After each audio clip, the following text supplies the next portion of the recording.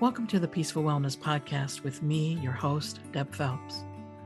If you are ready to unite with your true nature and find the calm you need to go through this journey called life, then walk a while with me as we learn to be resilient with mind, body, spirit modalities.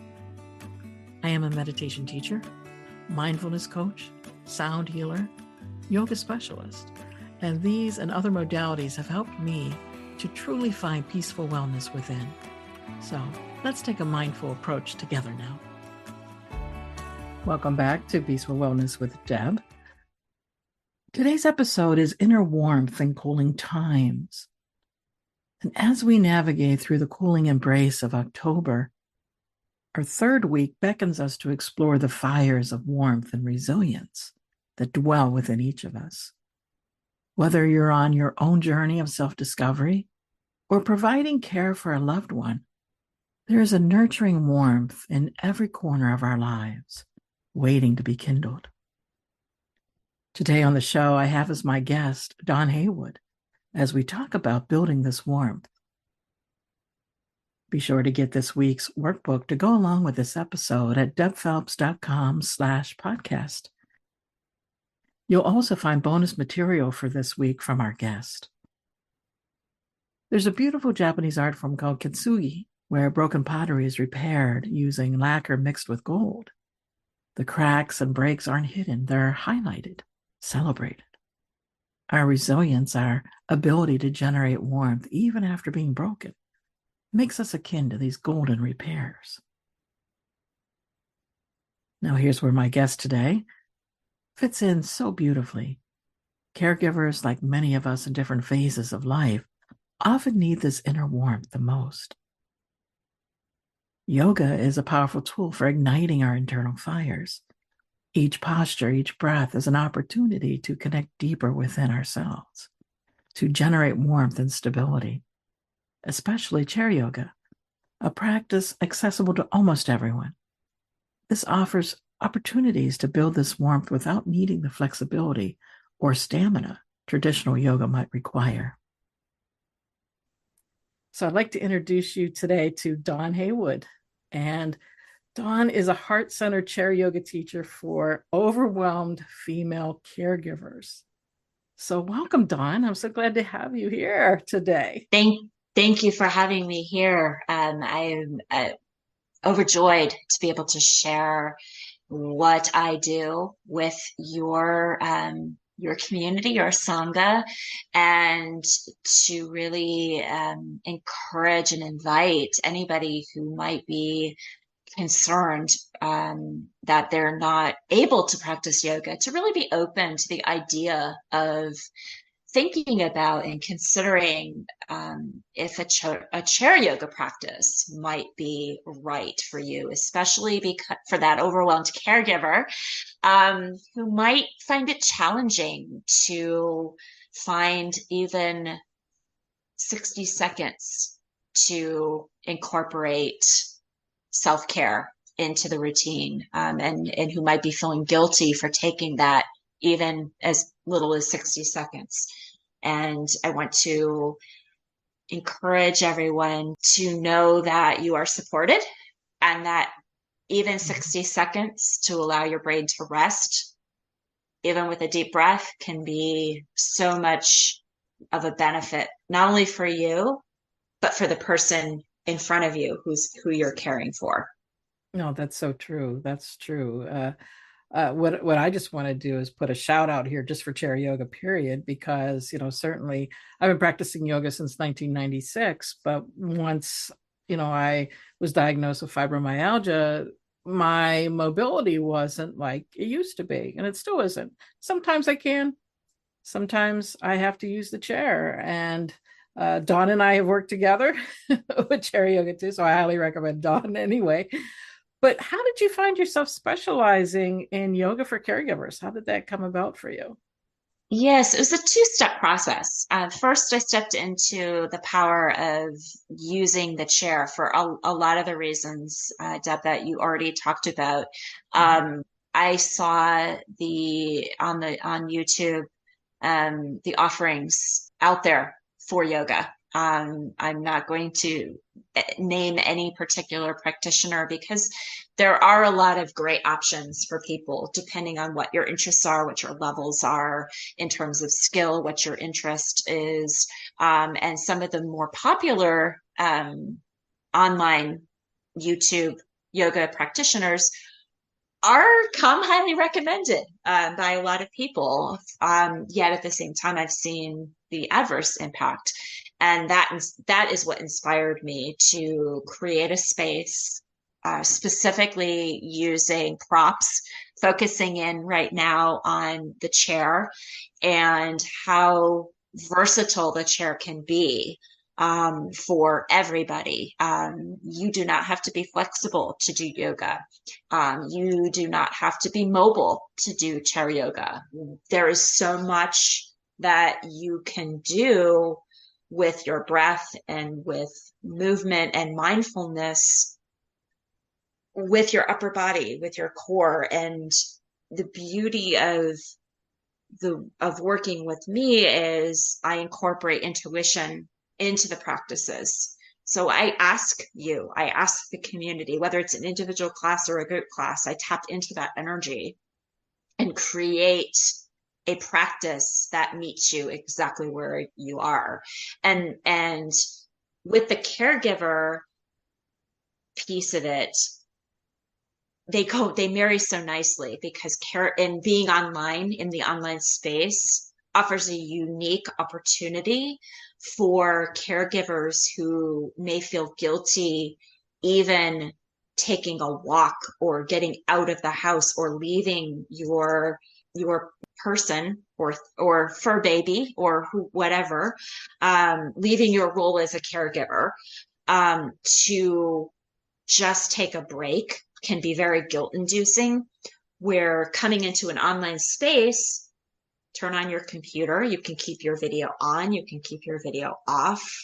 You have the opportunity to chat afterwards, and have that supportive, non-judgmental space and safe space where you can simply be in community.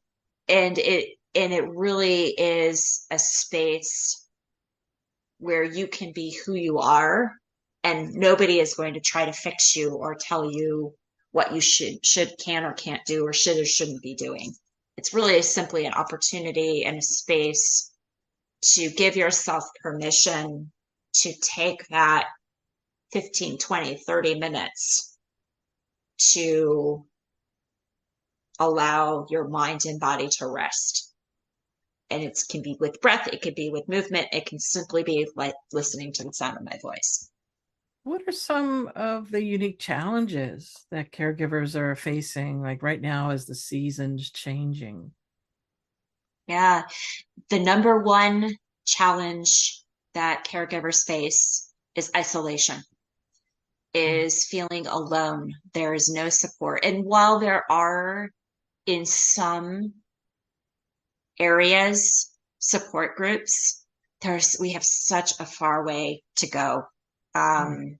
and in terms of providing tangible, useful support that does not detract from their role. It doesn't take them away from their role.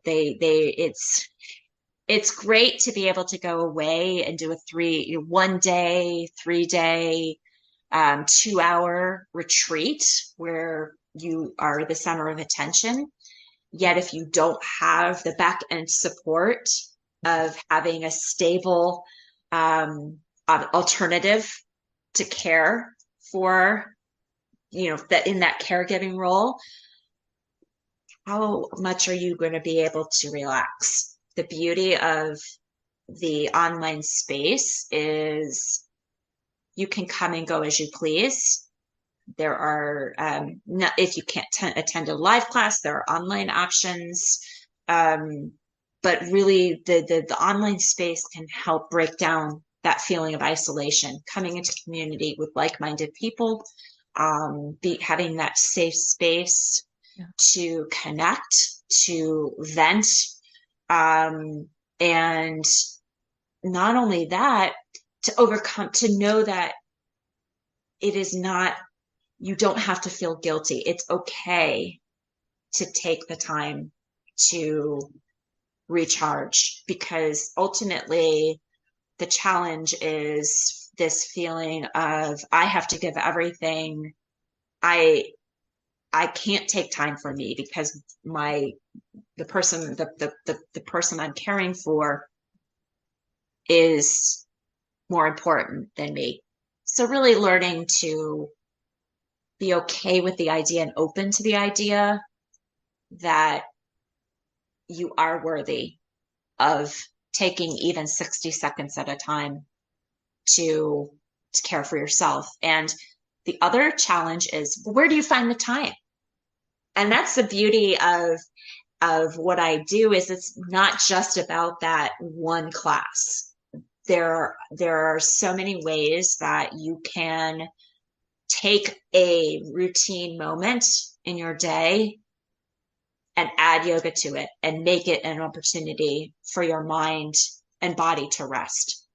It could be as simple as taking a deep breath, stopping, looking your person in the eye, or taking that task that you're doing for them and thinking and noticing what thoughts are going through your mind. Taking a deep breath, acknowledging that thought, taking the breath, refocusing, and saying, yes, I am doing this because, and reminding yourself, really, why are you doing this?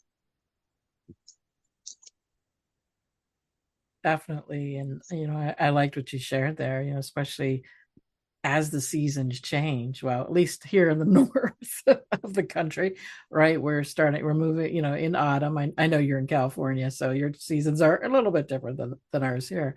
But, some of the country, we're going through autumn and it gets colder, and in winter, that isolation that you were talking about. And that's what's so beautiful, as you said, about the online space, that you can connect at any time and there's other people to share with. So how can chair yoga provide warmth and relief for the caregivers?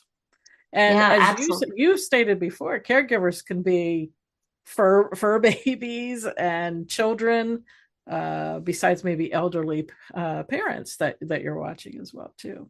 Right. Or an ill relative.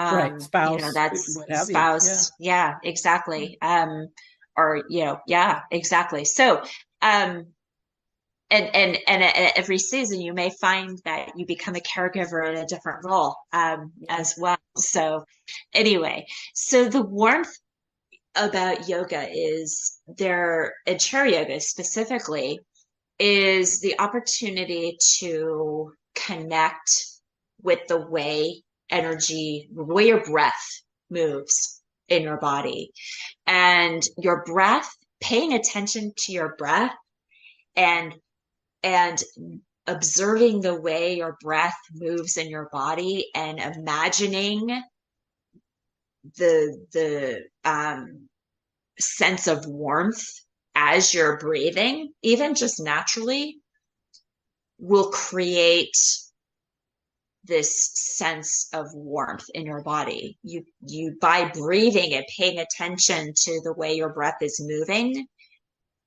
can signal to your body, the brain can get those signals that the movement of the breath will sort of, I'm doing little circles with my fingers. I know you can't see it on the audio, but kind of just that sensation of warmth.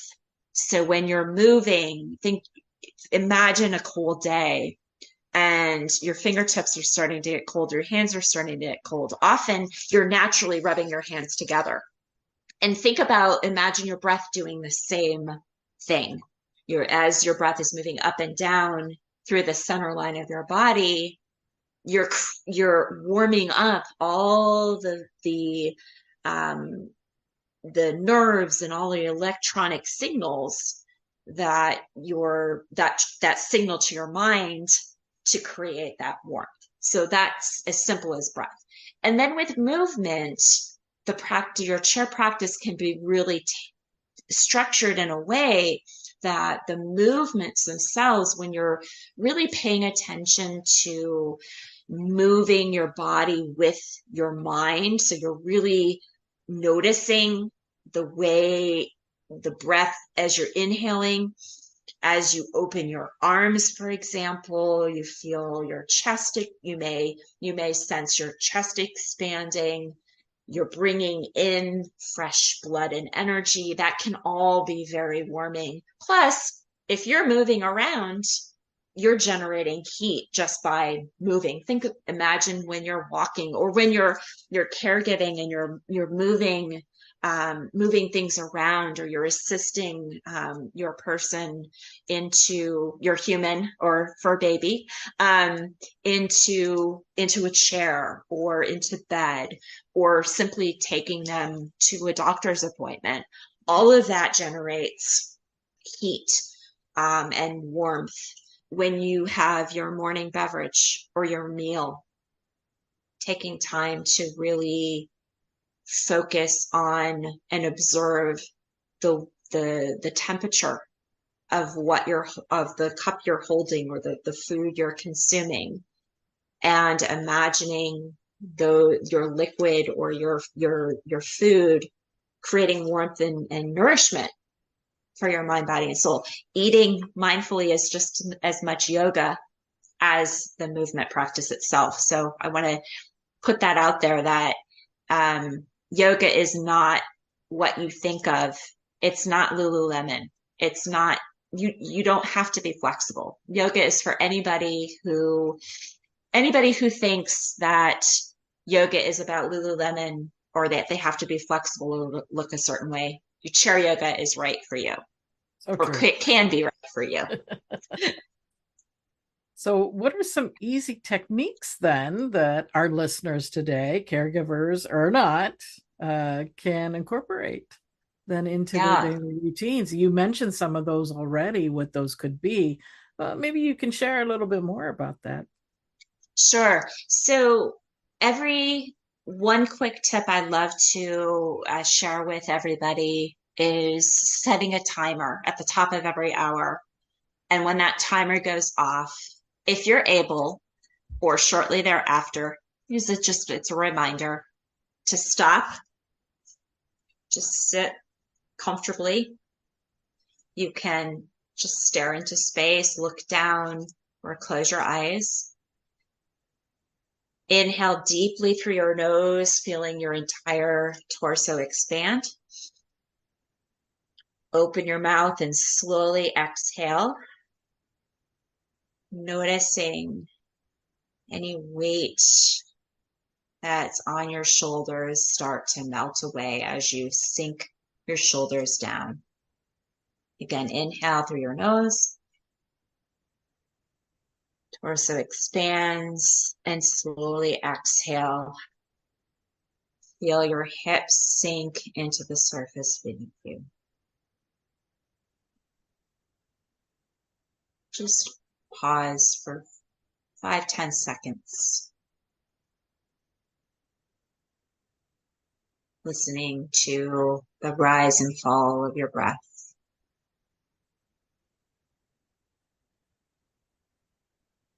And when you're ready, blink your eyes open.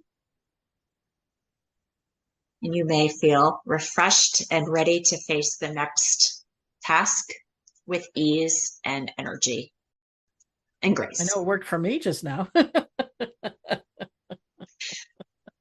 But see, that's the beauty of it, is that, a lot of times when people think yoga, some of the other things that you've already mentioned, well, you got to be thin and fit and all that, all the stereotypical things. But when we come to really talking about what yoga is, as most of our listeners know that I've been a meditation teacher along with being a yoga teacher, but meditation for a long time. But the important thing, it's not about 60 minutes, 30 minutes, as you were speaking earlier about, it could be just as simple as what we just did with the breath. right now, just taking a few moments of time, because that's where we can regenerate ourselves, particularly when we are taking care of whoever that loved one may be in our lives, is taking that moment to just kind of step back.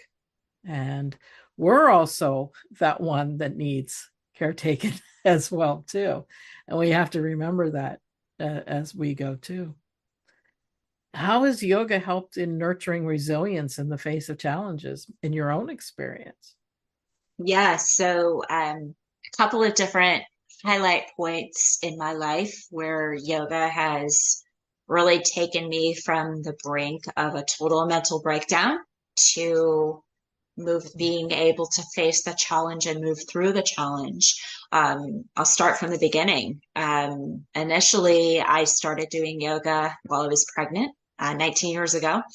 And after this, and it was, the reason was because I was having physical challenges. So it really became more about the breath work and finding release through the breath in the physical body with that breath work. And again, taking the time. I had a two, almost 3-year old, 3.5-year old at the time. And then fast forward a year, I am very active. I do a lot of walking. I work out. I'm very into that fitness scene. And yet I needed something else because my mental state was just terrible. What I now know was postpartum depression. Walked into a yoga studio, physically challenging practice.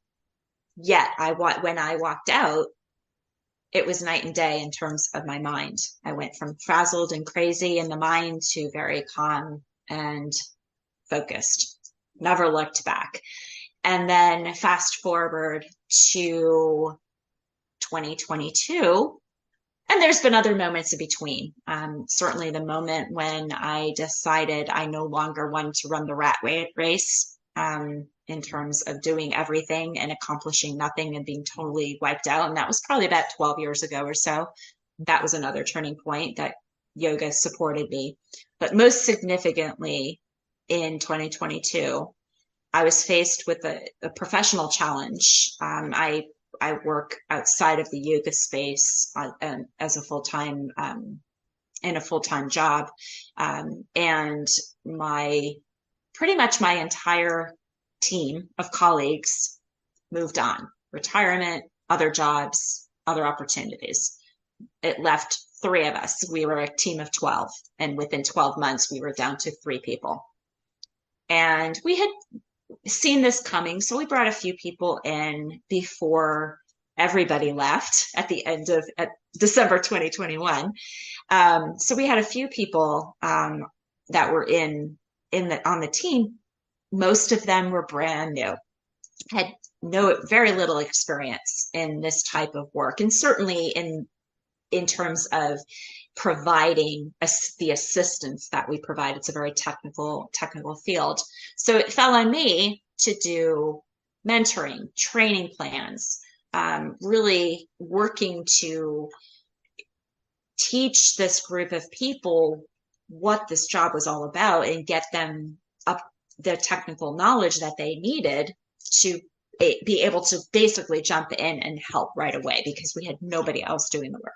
And not only doing that, continuing to provide guidance for a very large group of managers with a large group of employees, lots of issues. So I still am consulting. I'm still working one-on-one with managers because I needed to be. And also doing all the technical reviews. I was not only writing my own work, I had to edit the work that was coming in and provide feedback and training. And if it weren't for yoga, in my personal practice, as well as teaching, I am not sure I would have stayed as calm. And there were moments of total just distress, and total feelings of I can't do this anymore. Yet at the same time, I was also able to work through all of that and acknowledge and recognize why I was reacting the way I was reacting, and to be able to respond rather than react. So ultimately, as a human, as a professional, as a mentor, through my yoga practice, I actually was able to give better, more useful teaching, guidance, mentoring because of my yoga journey than if I hadn't been so entrenched in this practice. And I will say it's made a huge difference with the amount of work that I've been doing in my yoga practice than the last time I was met. Then let's say 5 years ago, the last time I was mentoring, before I went to teacher training. It was a night and day experience in my ability to have a more holistic and empathetic approach. That is so true, and that's so beautiful. And I think what we find is we're able to navigate these challenges a little bit better because it's an accumulative effect. So the more that we practice, and as you know, when I teach all the meditation students, is that it's that consistency. It's that consistency that really helps us to, we're learning the concepts, we're practicing the concepts. So when we do have those challenges arise, just like you described, with work and all the ins and outs of those challenges that you faced, is that there's still that core of us within us that knows, okay, yeah, peace resides here. And with our mindfulness and with our practices, we can come back to it a little bit more quickly. We can bounce back from it because we have had the experience of how yoga works, how mindfulness works, etc., mindful yoga together in that aspect. How can listeners find out a little bit more about what you offer in yoga to caregivers? Absolutely. There's several different ways that you can tune into the work that I'm doing. I offer you and invite you to follow me, like and share my work on Instagram. I believe Deb will post the links in the notes. On Instagram, it's Dawn's Yoga _and_wellness. And then I have a Facebook group, Yoga to Enhance Your Quality of Life. And then I also have a YouTube channel, which is Dawn Heywood's Yoga and Wellness. So I invite you to like and share and subscribe. And you can always message me on Instagram or Facebook if you'd like to learn more. Dawn has just such wonderful, beautiful offerings available on the sites that she just said. And occasionally you have some other items of interest as well. So you don't want to miss out on what Dawn has to offer. So you can nurture yourself as you're nurturing the ones you love. I certainly thank my guest today, Dawn Heywood, for joining with me and sharing more about yoga for caregivers. And be sure to join Dawn with her classes in our online studio. Go to peacefulwellness.studio. Until next week, stay warm and stay well. Thank you for joining with me today. For my weekly classes, meditation and modalities on-demand library, self-study courses, and private sessions, visit my website at peacefulwellness.org.